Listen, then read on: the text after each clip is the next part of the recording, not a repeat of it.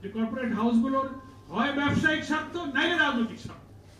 সব টেলিভিশন বলেন, print, electronic media যত হয়েছে সবটার পেছনে কিন্তু একটা উদ্দেশ্য, শুধুমাত্র দেশের স্বার্থ, আমার স্বাধীনতা, সার্বভৌমত্ব, অখণ্ডতা রক্ষার উদ্দেশ্যে বাংলাদেশের মিডিয়া আছে বলে আমার মনে হয়।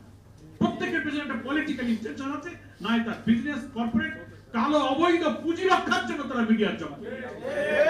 ব্রিটিশ আমলে আজাদ পত্রিকাটা হয়েছিল বন্যা আকরাম খান সম্পাদিত। তার একটা পলিটিক্যাল লক্ষ্য ছিল কোন কর্পোরেট গ্রুপে কোন ব্যবসায়িক বাণিজ্যিক স্বার্থ আজাদের ছিল।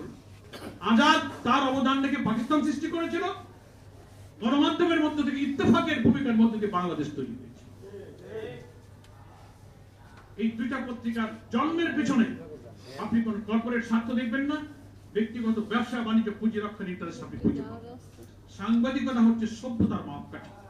কোন দেশ কোন জাতি কত সভ্য সেটা সাংবাদিকতার স্ট্যান্ডার্ড দিয়ে মাপা।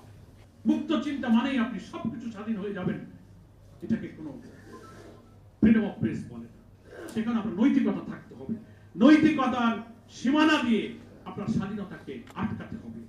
তা না হলে এই জাতি পশ্চিমা সভ্যতা সংস্কৃতির সর্বনাশাচ্ছ বলে আমার নিউ জেনারেশন তরুণ প্রজন্ম শেষ হয়ে যাচ্ছে, চরিত্র নেই, মেধা পুরে করে খাচ্ছে। আমাদেরকে সেই অপরিণামদর্শী ভবিষ্যতের দিকে হয়তো যেতে হতে পারে। সংস্কারের মধ্য দিয়ে গণমাধ্যম স্বাধীন হোক, মানুষের সত্য তথ্য তুলে ধরার জন্য এখানে সততার প্রবাহে আমাদের গণমাধ্যমের মধ্যে একটা নতুন আলোয় উদ্ভাসিত হোক।